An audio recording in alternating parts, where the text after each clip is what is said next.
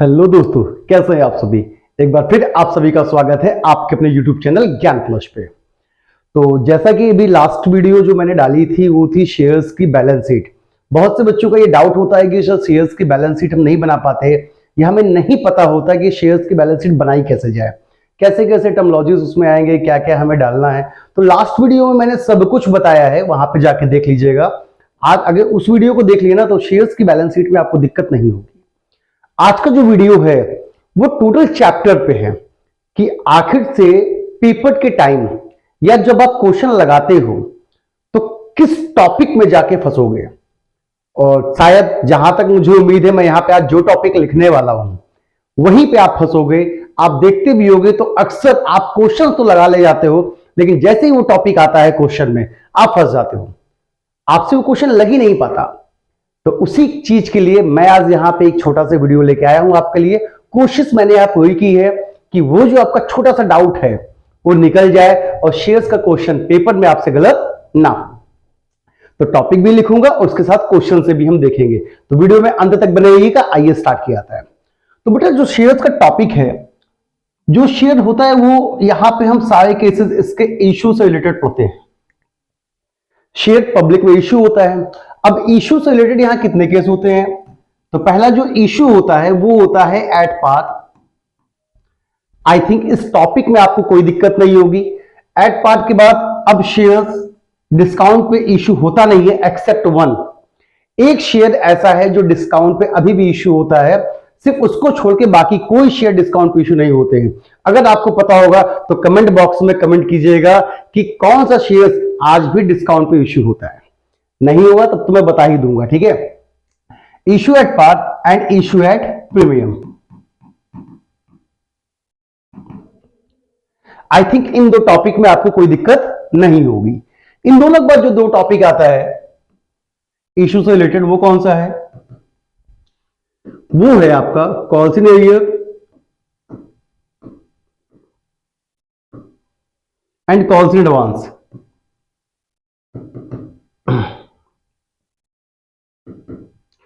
इसके बाद जो दो टॉपिक आता है आपका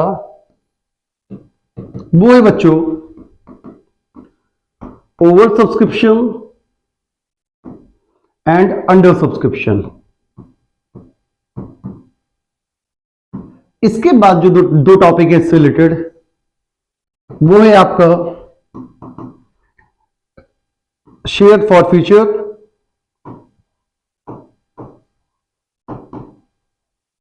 and reissue of share for future.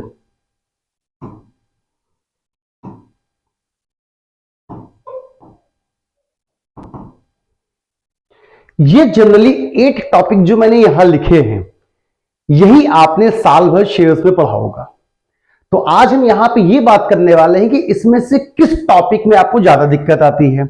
अब इससे रिलेटेड कुछ टॉपिक और भी अभी मैं बताऊंगा, फिलहाल देखिएगा। एट पार में मुझे नहीं लगता किसी को कोई दिक्कत होगी, इसके सारे क्वेश्चंस आप लगा चुके होंगे। एट पार का मतलब जितने शेयर्स की फेस वैल्यू है उतने में पब्लिक को इश्यू हो जाना। मींस शेयर अगर 10 का है, 10 में पब्लिक में इश्यू हो जाता है, उसे कहते हैं एट पार। एट प्रीमियम का मतलब 10 का शेयर जब 10 से ज्यादा पे पब्लिक में इश्यू होता है तो उसे कहते हैं शेयर इश्यू एट प्रीमियम। इसके बाद कॉल्स इन एरियर में भी कोई दिक्कत आपको नहीं होगी। जब कोई भी शेयर होल्डर अपने शेयर्स का पैसा नहीं दे पाता है, कोई भी कॉल्स नहीं दे पाता है, तो उसे क्या कहते हैं? Calls in arrear. Calls in advance, कभी कभी कुछ शेयर होल्डर के पास पैसे ज्यादा हो जाते हैं तो वो एडवांस में अपनी सारी कॉल्स को दे देते हैं, तो calls in advance. I think इन चार में आपको दिक्कत तो नहीं होगी। इसके मैक्सिमम क्वेश्चंस आपने लगाए होंगे। अगर दिक्कत होगी तो बताइएगा। मुझे नहीं लगता कि आपको ये 4 टॉपिक में कोई दिक्कत आने वाली है। बचा क्या? Under subscription. अंडर सब्सक्रिप्शन में भी आई थिंक दिक्कत नहीं होती, क्योंकि अंडर सब्सक्रिप्शन में क्या होता है भाई, मान लीजिए हमने इश्यू किया 10,000 शेयर्स, लेकिन जो हमारे पास एप्लीकेशन आए वो 9,000 के आए। हमने पब्लिक में इश्यू किया 10,000 शेयर्स, लेकिन हमारे पास जो एप्लीकेशन आए वो 9,000 के आए, तो हम इसे क्या कहते हैं? Under subscription. क्या कहते हैं? Under subscription. दिक्कत कहां होती है? देखो इन सभी में आपको कोई दिक्कत नहीं, तो मैं इसको यहां से हटा देता हूं, तो बाकी दिक्कत वाला पार्ट आपके सामने ही बच जाएगा। और देखोगे तुम सभी को तो आपको दिक्कत यहीं पे होगी, इसके अलावा कहीं नहीं होगी। अगर मैं सही कहूं तो बताइएगा। आपको दिक्कत सिर्फ इन 3 पार्ट में होती है। सबसे बड़ा पार्ट क्या है? Over subscription. फॉर फ्यूचर में भी बहुत ज्यादा दिक्कत नहीं आती है, थोड़ा कॉन्सेप्ट सीख जाओगे, एंट्री आ जाएगी तो वहां पे दिक्कत नहीं होगी। तो ये बहुत बड़ा दिक्कत का पार्ट नहीं है, ये भी बहुत बड़ा दिक्कत का पार्ट नहीं है। सर इसमें दिक्कत खाली आती कहां? कैपिटल रिजर्व का अमाउंट निकालने में।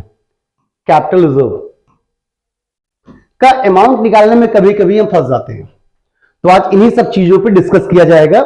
और जो सबसे बड़ा मुद्दा की बात को, तो ये भी बहुत दिक्कत की बात नहीं, ये भी बहुत दिक्कत की बात नहीं है। बसता क्या है?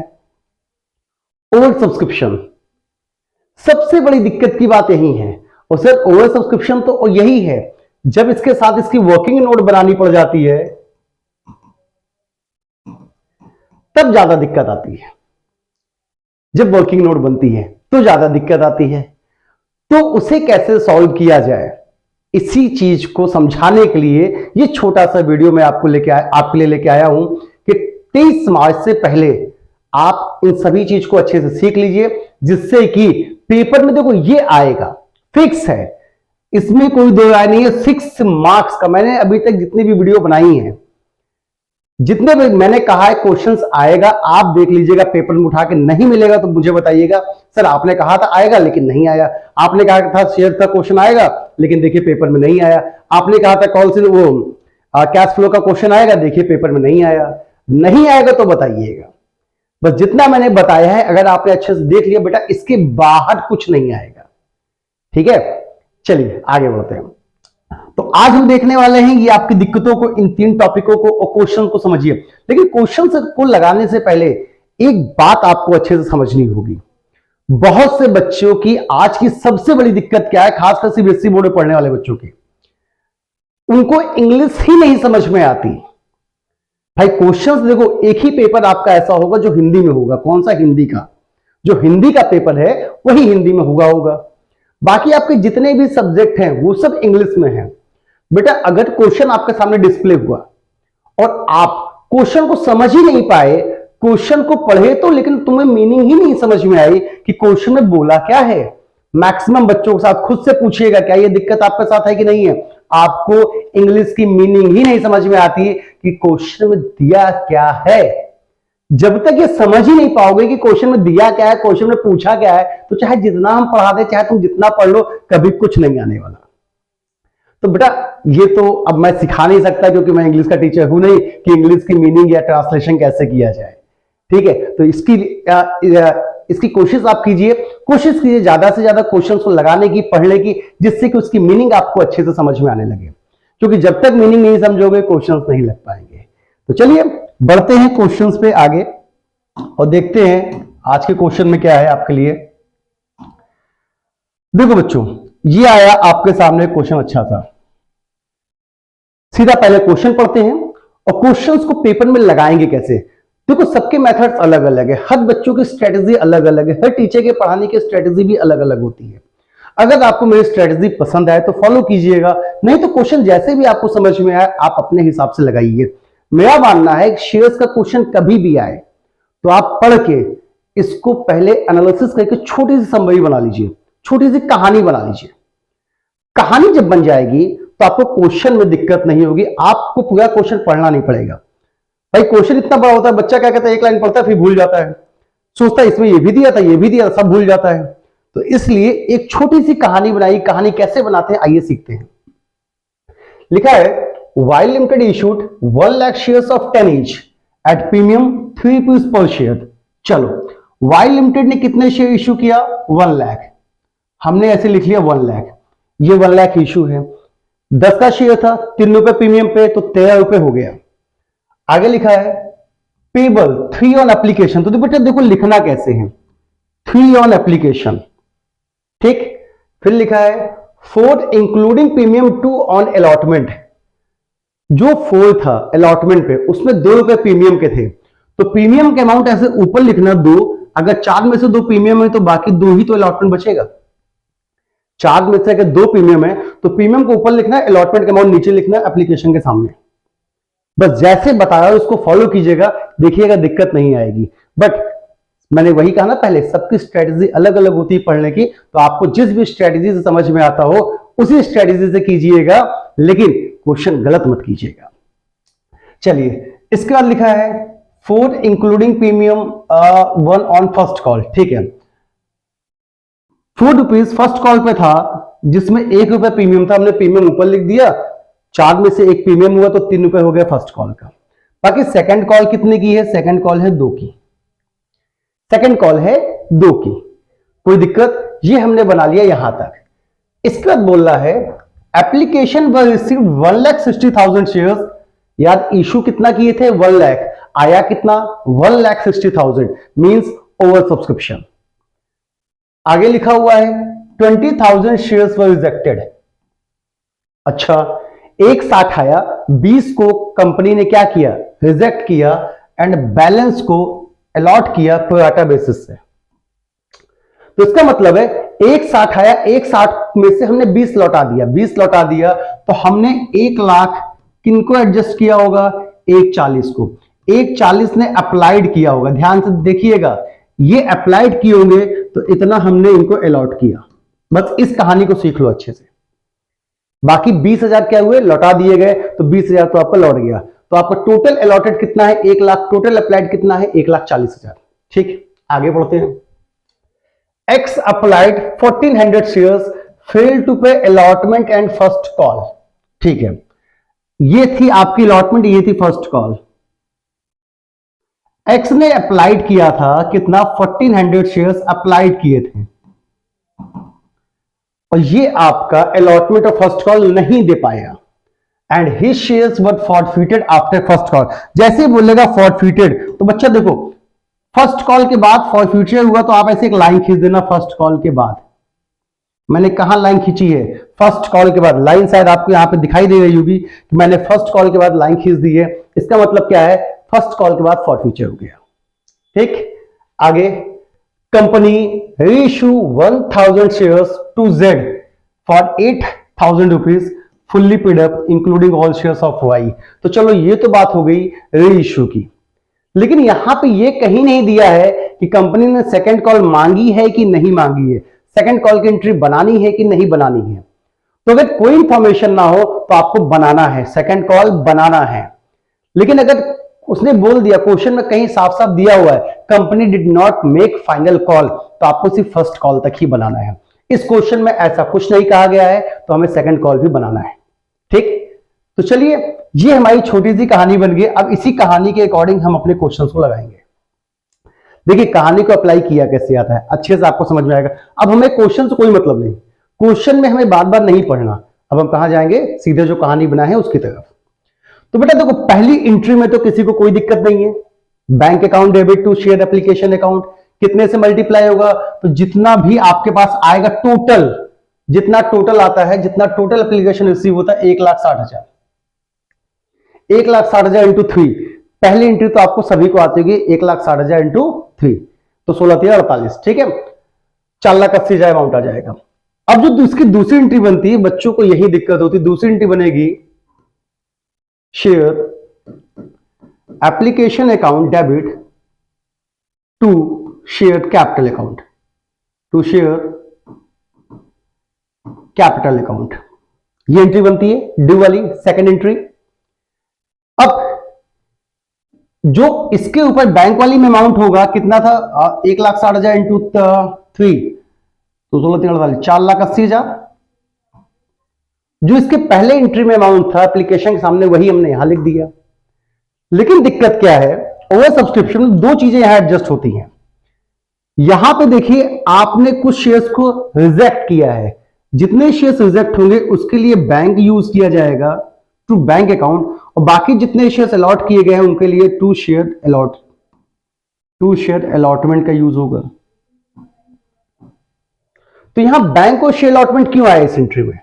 उसका रीजन क्या है? एंट्री तो सिर्फ यही थी, ओवर सब्सक्रिप्शन में जितने शेयर्स लौटा दिए गए उनके लिए बैंक, जितने अलॉट किए गए उनके लिए शेयर अलॉटमेंट। ये आपने पढ़ा होगा, एंट्री आपने बनाई भी होगी।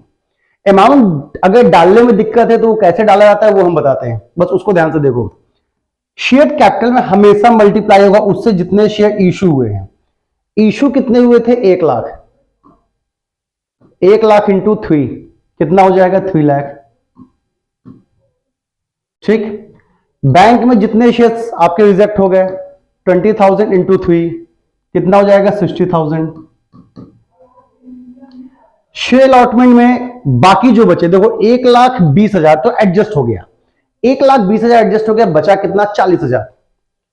तो 40,000 इंटू 3 1,20,000, इन सभी को जोड़ोगे देखो 4,80,000 ही आएगा। तो बताओ यहां पे अमाउंट डालने में कोई दिक्कत है? तो उम्मीद है यहां पे अमाउंट डालने में कोई दिक्कत नहीं होगी। अब इसके बाद कौन सी एंट्री बनाओगे? इसके बाद बनाओगे अलॉटमेंट की। अलॉटमेंट की ड्यूअल एंट्री क्या बनेगी? चूंकि यहां प्रीमियम भी था, देखो अलॉटमेंट पे यहां पे क्या है? प्रीमियम भी है, 2 प्रीमियम। तो share allotment account debit to share capital to security premium, वहां के अमाउंट आपको डालना आता होगा। वहां कितने से मल्टीप्लाई होगा? अब वहां पे सभी से मल्टीप्लाई जो होगा वो 1,00,000 से होगा। एप्लीकेशन के बाद allotment, first call, second call, सबसे 1,00,000 से मल्टीप्लाई होगा जितना शेयर इशू होता है। 1,60 से मल्टीप्लाई नहीं होगा, 1,60 से सिर्फ पहली एंट्री मल्टीप्लाई होती है, फिर वो एडजस्ट हो जाती है। तो आगे अलॉटमेंट से क्या चलेगा? सिर्फ 1,00,000 allotment, first call, second call. ठीक है, तो चलो अलॉटमेंट की पहली एंट्री आप बना लोगे। दिक्कत कहां आती है ओवर सब्सक्रिप्शन में? वो ये है, ये जो अलॉटमेंट की रिसीव्ड वाली एंट्री होती है, बैंक वाली एंट्री क्या बनेगी? बैंक वाली, bank account debit to share allotment account, bank account debit to share allotment account. ये जो शेयर अलॉटमेंट है इसका अमाउंट क्या आएगा? तो देखो 1,00,000 इंटू अलॉटमेंट का कितना अमाउंट था? 3 1 4 2 2 4 4,00,000। आपको ये अमाउंट मिलना चाहिए, यही था। ठीक है, ये एंट्री बनती है। अब हमने देखा कि जब भी एप्लीकेशन पे ये अलॉटमेंट आता है तो ये अलॉटमेंट की रिसीव वाली एंट्री में आकर एडजस्ट हो जाएगा, क्योंकि अलॉटमेंट का कुछ पैसा एडवांस मिल चुका है। कहां पे? एप्लीकेशन पे, तो वो यहां के एडजस्ट होता है। इसको कई बार आपने पढ़ा होगा। तो ये अलॉटमेंट यहां से आया, कहां से? शेयर एप्लीकेशन से आया है, एडजस्ट होगा तो क्या लिखेंगे? शेयर एप्लीकेशन अकाउंट डेबिट कितना कितना एडजस्ट होगा? 1,20,000। ठीक। अब पता चला कि सर इस पे देखिए गोला बना हुआ है, यहां से यहां तक जो आपने गोला बनाया था, गोला क्यों बनाया था? क्योंकि एक शेयर होल्डर था जिसके पास 1400 शेयर्स, जिसने अप्लाइड किया था, 1400 अप्लाइड किया था, उसने अलॉटमेंट फर्स्ट कॉल का पैसा नहीं दिया। तो जब भी कोई शेयर होल्डर पैसा नहीं देता है उसे कहते हैं कॉल सिनेरियर। तो कॉल सिनेरियर अलॉटमेंट पे भी है और फर्स्ट कॉल पे भी है। तो कॉल सिनेरियर जिसमें भी होगा वो डेबिट हो जाएगा। तो हमने यहां लिखा call in arrear account debit, call in arrear account debit. अब बच्चों के साथ दिक्कत, क्योंकि बच्चों को यहां तक भी पता होगा कि कभी भी अप्लाइड शेयर्स का कॉल सिनेरियर नहीं होता। कॉल सिनेरियर उनका होता है जितनों को हमने अलॉट किया है। ये 1400 अप्लाइड दिया था, तो अप्लाइड से मतलब नहीं, तो अलॉट से मतलब होता है। ये अलॉटेड निकालते कैसे हैं? अगर अप्लाइड दिया होगा तो अलॉट कैसे निकालेंगे, अगर अलॉटेड दिया होगा तो अप्लाइड कैसे निकालेंगे? तो देखो बच्चों, यहां क्या दिया है? अप्लाइड कितना? 1400। ठीक है, यहां 1400 अप्लाइड दिया है। अगर अप्लाइड होगा तो नीचे अपॉन में आपको टोटल अप्लाइड रखना है। देखो यहां पर टोटल अप्लाइड हमने कितना किया था? 1,40,000। अगर ये अप्लाइड है तो अप्लाइड अपॉन में टोटल अप्लाइड रखना है और मल्टीप्लाई में अलॉटेड को रखना है। किसको? अलॉटेड को, 1,00,000। तो देखिए कितना आ जाएगा? 1,000 आ जाएगा, 1,000 शेयर्स। ये 1,000 शेयर्स क्या हो जाएंगे? अलॉटेड। तो 1400 जो अप्लाइड होते हैं कॉल सिनेरियर उनका नहीं होता, कॉल सिनेरियर होता है इन अलॉटेड शेयर्स का। तो अप्लाइड से अलॉटेड कैसे निकाला, समझ में आया? अब यही अगर अलॉटेड दिया होता और हमें अप्लाइड निकालना होता तो कैसे निकालते? देखो मान लो ये दिया होता अलॉटेड, तो जो ऊपर दिया होगा हम उसी का टोटल रखेंगे। अगर ऊपर अलॉटेड है तो नीचे टोटल अलॉटेड, ऊपर अप्लाइड है तो नीचे total applied. Allotted upon total allotted कितना था? 1,00,000 इंटू टोटल अप्लाइड कितना था? 1,40,000। कितना आ जाएगा? 1400। तो अप्लाइड से अलॉटेड कैसे निकालते हैं, अलॉटेड से अप्लाइड कैसे निकालते हैं, समझ में आ गया। तो फिलहाल यहां पे जो हमें काम था वो सिर्फ इतने का था। अप्लाइड दिया था, अलॉटेड निकाला, अलॉटेड कितने है 1000 शेयर्स। तो ये बात हमेशा दिमाग में बैठा लीजिए कि बेटा अलॉटेड से अप्लाइड का कॉल सिनेरियो नहीं होता, जो कॉल सिनेरियो होता है वो अलॉटेड का होता है। चलो ये पता चल गया, ठीक है सर अलॉटेड हमको मालूम चल गया, यहां पे था 1000 का, तो क्या 1000 इंटू अलॉटेड मनी कितने की थी 4 की, तो ये 4000 आ जाना चाहिए। जनरली बच्चे यहीं पे गलती कर बैठते हैं, उन्होंने अप्लाइड अलॉटेड तो निकाल लिया, 1400 अप्लाइड था, 1000 अलॉटेड हो जाएगा, और 1000 इंटू 4, भाई अलॉटमेंट का पैसा नहीं दिया तो 1000 इंटू 4, 4000 क्या हो जाएगा कॉल सिनेरियो। जैसे ये लिखोगे गलत हो जाएगा। क्यों, ध्यान से समझो यहां पे ये आखिर से गलत क्यों हुआ। तो इस चीज को दिमाग में बैठा लो अभी से। कभी भी अलॉटमेंट पे हम अगर इन दोनों को एक साथ देख लिए, कभी भी अलॉटमेंट पे अगर हमने इन दोनों को एक साथ देख लिया तो हमेशा हम कॉल सिनेरियो के लिए क्या बनाएंगे, वर्किंग नोट। वर्किंग नोट किसके लिए, कॉल सिनेरियो के लिए। तो पहली चीज वर्किंग नोट बनेगी कब, जब भी अलॉटमेंट पे ये दोनों एक साथ आएंगे, जब भी अलॉटमेंट पे ये दोनों ओवर सब्सक्रिप्शन अगर एडजस्ट हुआ अलॉटमेंट पे और उसके साथ ही साथ उस पे क्या है कॉल सिनेरियो, अगर ये दोनों एक साथ आ गए, हमें क्वेश्चन में वो सॉल्यूशन में दिख गया, तो हम तुरंत क्या बनाएंगे, वर्किंग नोट। किसके लिए, कॉल सिनेरियो के लिए। तो इसमें जो पहला पॉइंट हो गई बनेगी कैसी, पहला पॉइंट, पहले पॉइंट में हम रखेंगे अलॉटेड शेयर्स को। अलॉटेड शेयर्स अभी आपने निकाला था 1400 तो अप्लाइड थे, अलॉटेड कितना आया था 1000 शेयर्स। तो हमारे हिसाब से जो कॉल सिनेरियो होना था वो 1000 इंटू 4, 4000 होना था। हमारे हिसाब से कितना होना था भाई, 1000 लोगों ने पैसा नहीं दिया अलॉटमेंट का, तो 1000 इंटू 4 कितना हो गया 4000। लेकिन इसका कुछ पैसा एडवांस मिल चुका था, वो जो एडवांस अमाउंट होता है वही यहां से माइनस होता, तो वो एडवांस कितना मिल चुका था। तो देखो इन दोनों का डिफरेंस कितना है, 1400 अप्लाइड था, हमने अलॉटेड निकाला आया 1000, तो डिफरेंस कितने का हुआ 400 का।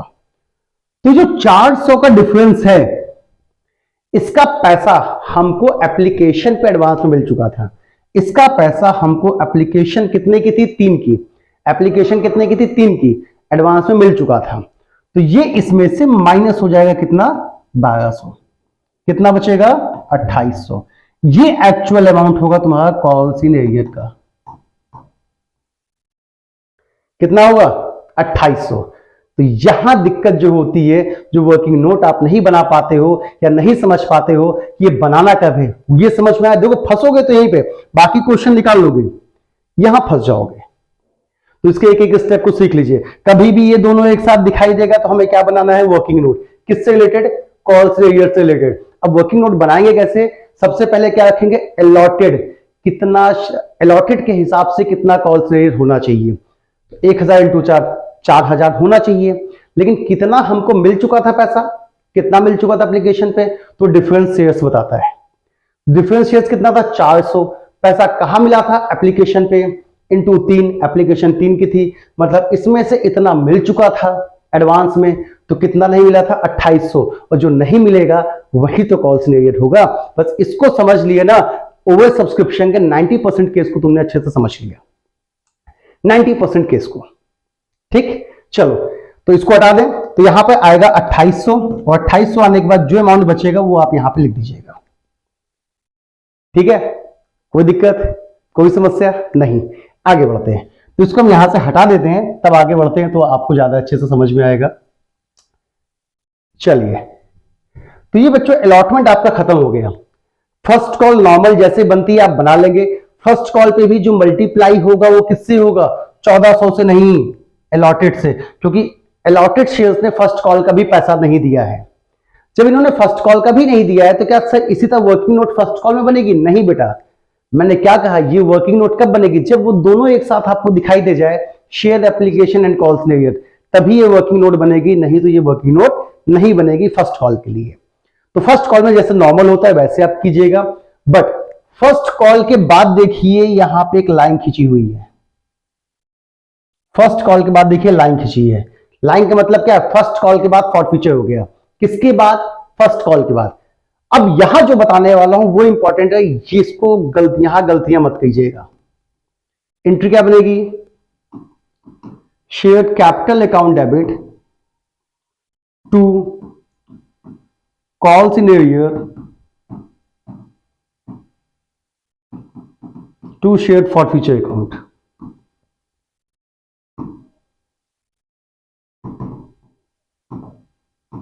फॉरफीचर की यही एंट्री बनती है।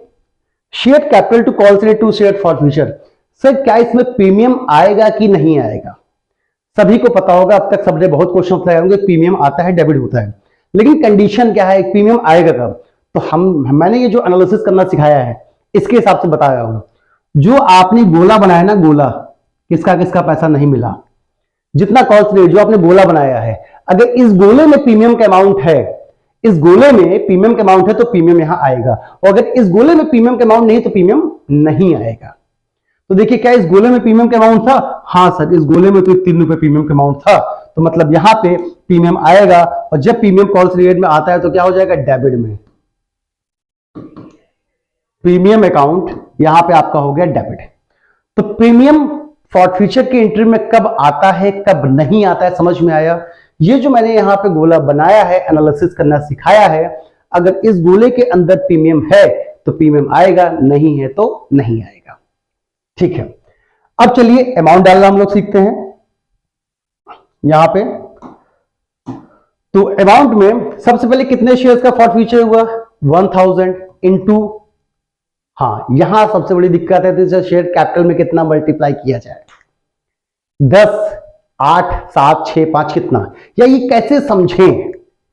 तो देखो इसके लिए मैंने जो लाइन खींची थी यहां पे, ये लाइन मैंने लाइन क्यों खींची थी? इसीलिए, यही समझाने के लिए, यहां दिक्कत ना हो। बेटा देखो, इस लाइन से पहले जितना भी शेयर्स का अमाउंट होगा, इस लाइन के पहले जितना भी शेयर्स का अमाउंट होगा उसी अमाउंट से मल्टीप्लाई हो जाएगा, इस लाइन से पहले। तो इस लाइन के पहले कितना है? 3, 2, 5, 3, 8, तो 1000 इंटू 8 कितना हो जाएगा? 8000। यहां तक कोई दिक्कत नहीं। प्रीमियम कितना होगा? तो इसी 1000 पे कितना रुपए प्रीमियम नहीं मिला था? 3 रुपए, कितना हो जाएगा? 3000। भाई यही 3 तो था, 1000 इंटू 3। कॉल्स रेट कितना आएगा? कॉल्स रेट तो देखिए यहां पे आपने देखा कि अलॉटमेंट पे 2800 था, अलॉटमेंट पे कितना था? 2800, और फर्स्ट कॉल पे कितना रहा होगा? फर्स्ट कॉल कितने की थी? 3, 1, 4 की, तो 1000 इंटू 4, 4000, तो 4000 कॉल की थी और 2800 इसकी थी, तो 4 2 6800 ये आ गया, 6800 ये आ गया। बचा क्या? फॉरफीचर। तो बेटा इन दोनों को जोड़ लीजिए, इसको माइनस कीजिए, जो बचेगा यहां लिख दीजिए, वो आपका फॉरफीचर का अमाउंट हो जाएगा। कितना अमाउंट आएगा फॉरफीचर का? 11 में से 6800 निकाल दो, तो 7, 4, 11, 4200 रुपए आपका आ जाएगा। क्या? फॉरफीचर का अमाउंट। यहां तक उम्मीद है आप सभी को समझ में आ गया होगा। ना आया होगा, कहीं भी कोई डाउट होगा तो पूछ लीजिएगा। कोई दिक्कत? तो कोई दिक्कत नहीं होनी चाहिए। आगे बढ़े। अच्छा सर ये बताइए एक चीज और, अभी बाद में समझाएंगे, अभी समझा देंगे, भूल जाओगे। यहां तक का कॉन्सेप्ट अच्छे से सीख लो। ये अमाउंट कैसे है? इन दोनों को जोड़ के माइनस के ये आ गया। ये अमाउंट हम डायरेक्ट भी निकाल सकते हैं बिना कुछ किए, हम डायरेक्ट भी निकाल सकते हैं, लेकिन अभी हम नहीं बताएंगे, उसे बाद में बताएंगे, नहीं तो कंफ्यूज हो जाओगे। चलो आगे बढ़ते हैं। अब बच्चों इसके बाद क्या हुआ? ये सभी शेयर्स क्या हो गए? री इशू हो गए। 1000 शेयर्स। एंट्री क्या बनेगी? Bank account debit to share capital, यह एंट्री बनती है। हां इसके बाद ध्यान से देखिए, फॉरफीचर के बाद मैंने क्या बताया, यहां पे फॉरफीचर के बाद सेकंड कॉल के लिए कुछ कहा नहीं गया है, तो आपको सेकंड कॉल की एंट्री बनानी पड़ेगी। अगर उसके लिए कुछ कहता है कि कंपनी ने मांगा कि नहीं, कंपनी ने सेकंड कॉल मांगी है कि नहीं मांगी है, तो अकॉर्डिंग टू क्वेश्चन कीजिएगा। बट अगर कुछ नहीं कहा है तो आप एंट्री बना दीजिएगा सेकंड कॉल की। सेकंड कॉल की जो एंट्री बनेगी वो कितने से मल्टीप्लाई होगी, ये इंपॉर्टेंट चीज है। अभी तक सभी एंट्रियां 1 लाख से मल्टीप्लाई हो गई थी, लेकिन फर्स्ट कॉल के बाद 1000 शेयर्स इसमें से फॉरफिट हो गए फर्स्ट कॉल के बाद। तो बचा कितना सेकंड कॉल के लिए? 99,900, सॉरी 99,900 नहीं, 99,000, 99,000। तो जो सेकंड कॉल आपकी बनेगी वो 99,000 से बनेगी। इस बात का ख्याल रखिएगा, जब भी फॉर फ्यूचर होता है तो फॉर फ्यूचर के बाद जो कॉल बनती है फॉर फ्यूचर वाले शेयर्स माइनस हो जाते हैं, ठीक, भूलिएगा नहीं इसको। तो यहां पे मैंने सेकंड कॉल की एंट्री नहीं बनाई, वो नॉर्मल बनेगी। सेकंड कॉल के बाद हम सीधे आएंगे आपका फॉर ये इस पे री इश्यू ऑफ शेयर्स पे। री इश्यू की एंट्री बन गई। अब देखो यहां पे ध्यान से, री इश्यू के लिए बोल रहा है कि कंपनी ने 1000 शेयर इश्यू की वो 8,000 रुपए में की है। ये जो 8,000 है वो बैंक में आ जाएगा। कंपनी ने 1,000 शेयर इश्यू किए कितने में? 8,000 रुपए में, तो 8,000 उसको मिले होंगे, वो बैंक में आ गया। आगे क्या लिखा? Fully paid up. ये फुल्ली पेड अप का मतलब होता है कि एक शेयर की फेस वैल्यू 1000 इंटू 10, एक शेयर की फेस वैल्यू क्या थी? 10, तो 10 ही तो फुल्ली पेड अप होगी। 1000 इंटू 10 कितना हो जाएगा? 10,000। तो 10,000 ये हो गया, 8,000 ये हो गया, तो डेबिट में 2,000 बचा। बच्चों ये जो 2,000 बचेगा अगर डेबिट में, तो इसको क्या लिखेंगे? Share forfeiture account. क्या लिखेंगे? Share for future. अगर डेबिट में बचा तो, और अगर क्रेडिट में ये बचता तो हम क्या लिखते? प्रीमियम लिख देते। चलिए यहां तक हो गया। अब इसके बाद जो फाइनल एंट्री है वो हमें बनानी है किसकी? कैपिटल रिजर्व की। ठीक, तो आइए सीखते हैं कैपिटल रिजर्व। कैपिटल रिजर्व की जो एंट्री बनेगी क्या बनती है? Share forfeiture account debit to capital reserve account, ये एंट्री बनती है। अब इसका अमाउंट कैसे डालेंगे? तो देखिए यहां पे फॉर फ्यूचर भी 1,000 शेयर्स का हुआ था और री इशू भी 1,000 शेयर्स का हुआ है। फॉर फ्यूचर भी 1,000 शेयर्स का हुआ था, री इशू भी 1,000 शेयर्स का है। जब दोनों इक्वल होते हैं तो सीधा सीधा इस फॉर फ्यूचर से इस फॉर फ्यूचर के अमाउंट को माइनस कीजिएगा। 4,000 दो में से 2,000 माइनस कीजिए, कितना बचेगा? 2,200। ये आपका हो जाता है क्वेश्चन कंप्लीट, कहानी खत्म। तो ये तो एक ट्रेडिशनल वे से है जो हमने क्वेश्चन लगाया, आपको बता दिया। अब यहां पे कुछ इंटरेस्टिंग चीजें आज मैं आपको सिखाऊंगा, उसको सीखने की कोशिश कीजिए, मजा आने वाला है, आप सीख लोगे, कोई दिक्कत नहीं आएगी। थोड़ा सा बस प्रैक्टिस में लाइएगा, कभी दिक्कत नहीं आएगी। कि सर मान लीजिए इतना बड़ा क्वेश्चन है, इतना बड़ा क्वेश्चन है, 1 नंबर में आ जाए। कितने में? 1 नंबर में आ जाए, और 1 नंबर में आपसे पूछे कि शेयर फॉर फ्यूचर का अमाउंट बताओ, सिर्फ शेयर फॉर फ्यूचर का, तो क्या सर इतना क्वेश्चन लगाने के बाद शेयर फॉर फ्यूचर निकालेंगे? नहीं। इसके लिए यहां पर ध्यान से सीखना, इतना बड़ा क्वेश्चन है और मान लीजिए ये वाला अमाउंट पूछा 4200, तुम्हें नहीं पता कि कैसे निकलेगा, तुम्हें नहीं मालूम कुछ, क्वेश्चन तुमने पूरा पढ़ लिया, एनालिसिस किया, एनालिसिस करने के बाद तुमने को जो एनालिसिस किया था वो क्या था कि 3 एप्लीकेशन पे था, 1 3 यहां था, नहीं सॉरी 2 था, 2 प्रीमियम, 2 ये, 1 3 और लास्ट में 2 फॉर फ्यूचर इसके बाद हो जाता है। कुछ ऐसा ही था सीन, इन दोनों का पैसा नहीं मिलता, सीन कुछ ऐसा ही था। और 1400 अप्लाइड थे, 1000 अलॉटेड थे, ये अप्लाइड था और ये अलॉटेड था। इसको मैंने अभी बताया कैसे निकालते हैं, आपने सीखा हुआ है। सर इतना बड़ा क्वेश्चन आ जाए और सीधे पूछे कि बताओ, ये एमसीक्यू में आ जाए, तो आपसे पूछे कि शेयर फॉर फ्यूचर का अमाउंट बताओ, तो कैसे निकालोगे? तो देखो कितने मजेदार तरीके से निकालते हैं। बेटा देखो कितने शेयर फॉर फ्यूचर हुए ये तो पता कर लोगे ना भाई। 1400 का पैसा नहीं दिया था, अप्लाइड था, अलॉटेड निकाला, पता चल गया यही 1000 लोगों ने पैसा नहीं दिया था, 1000 शेयर का पैसा नहीं मिला था, तो फॉर फ्यूचर भी इन्हीं 1000 का हुआ होगा। यहां चुपचाप ऐसे लिख दीजिए 1000, कितना? 1000। अब एक बात जो बताने वाला हूं उसको ध्यान से सुनिएगा, जितना पैसा इस पे मिल चुका होगा, जितना पैसा इस पे मिल चुका होगा वही पैसा फॉर फ्यूचर होता है। नहीं समझे? ऐसे समझो, इस 1000 अलॉटेड पे ये 2 अमाउंट उसने दिया ही नहीं था, तो उसने दिया क्या था? उसने दिया तो सिर्फ 3 था ना, अलॉटमेंट और फर्स्ट कॉल तो दिया ही नहीं था। तो 1000 इंटू 3, 1000 इंटू 3, जितना पैसा वो दे चुका होगा वही फॉर फ्यूचर होगा। यहां तक कोई दिक्कत नहीं। तो सर लेकिन ये तो 4200 आया था, आपने 3000 लिखा है। मैंने क्या कहा, जितना पैसा मिल चुका होगा वो फॉर फ्यूचर होगा। ये तो ठीक है 3000। इसके बाद अगर यहां पे ये केस बनता है अप्लाइड अलॉटेड वाला, तो ध्यान से देखिएगा, ये जो इन दोनों का डिफरेंस था 400, याद कीजिए वर्किंग नोट बनाए थे, 400 इंटू 3, बेटा ये 1200 भी तो मिल चुका था। तो कभी भी अगर ये होता है, देखो अगर ये ना होता तब तो इसका आंसर सीधा सीधा 3000 हो जाता। अगर ये चीजें ना होती, अप्लाइड अलॉटेड ना होता, तब तो सीधा सीधा 3000 हो जाता। लेकिन अगर अप्लाइड अलॉटेड है, कंसीडर है, ये केस है, तो ये जो 400 का 3 एडवांस मिला था, 1200 ये भी तो आपको मिला था, तो ये भी क्या हो जाएगा फॉर फ्यूचर। तो 3000 प्लस 1200 कितना हो गया, 4200। अगर अच्छा लगा हो तो लाइक और सब्सक्राइब करना मत भूलना, और जिन बच्चों को इसकी आवश्यकता हो उसको इन्हें जरूर पहुंचाना। ठीक है, समझ में आया कि अगर इतना बड़ा क्वेश्चन हो और एक लाइन में अगर फॉर फ्यूचर निकालना हो, सीधा फॉर फ्यूचर के अमाउंट बिना कोई एंट्री बनाए, तो हम कैसे निकालेंगे, कोई दिक्कत, तो यहां कोई दिक्कत नहीं आने वाली है, कोई दिक्कत नहीं। चलो अब बस आज इतना ही काफी आज के लिए। ये कॉन्सेप्ट उम्मीद है आपको अच्छे से समझ में आ गया होगा।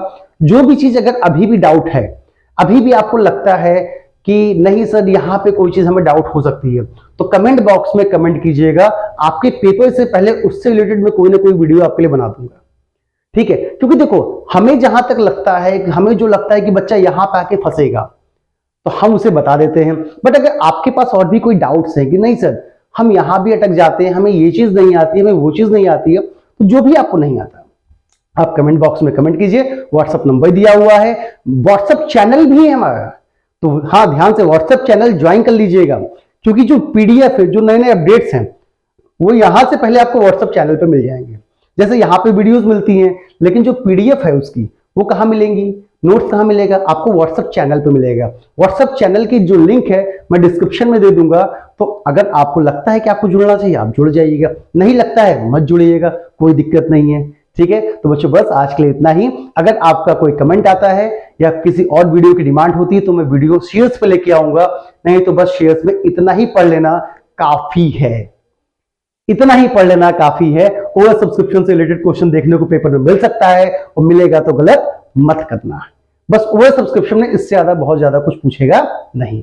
और क्या पूछेगा, जो कल की वीडियो मैंने बताया था बैलेंस शीट तो डेफिनेटली आएगी, इसको पढ़ के जाइएगा। और ये भी क्वेश्चन फिक्स है, आना ही आना है, तो इसे भी आप अच्छे से पढ़ लीजिएगा। तब तक के लिए थैंक यू, मिलते हैं नेक्स्ट वीडियो में। और अब हम लेके आएंगे डिबेंचर।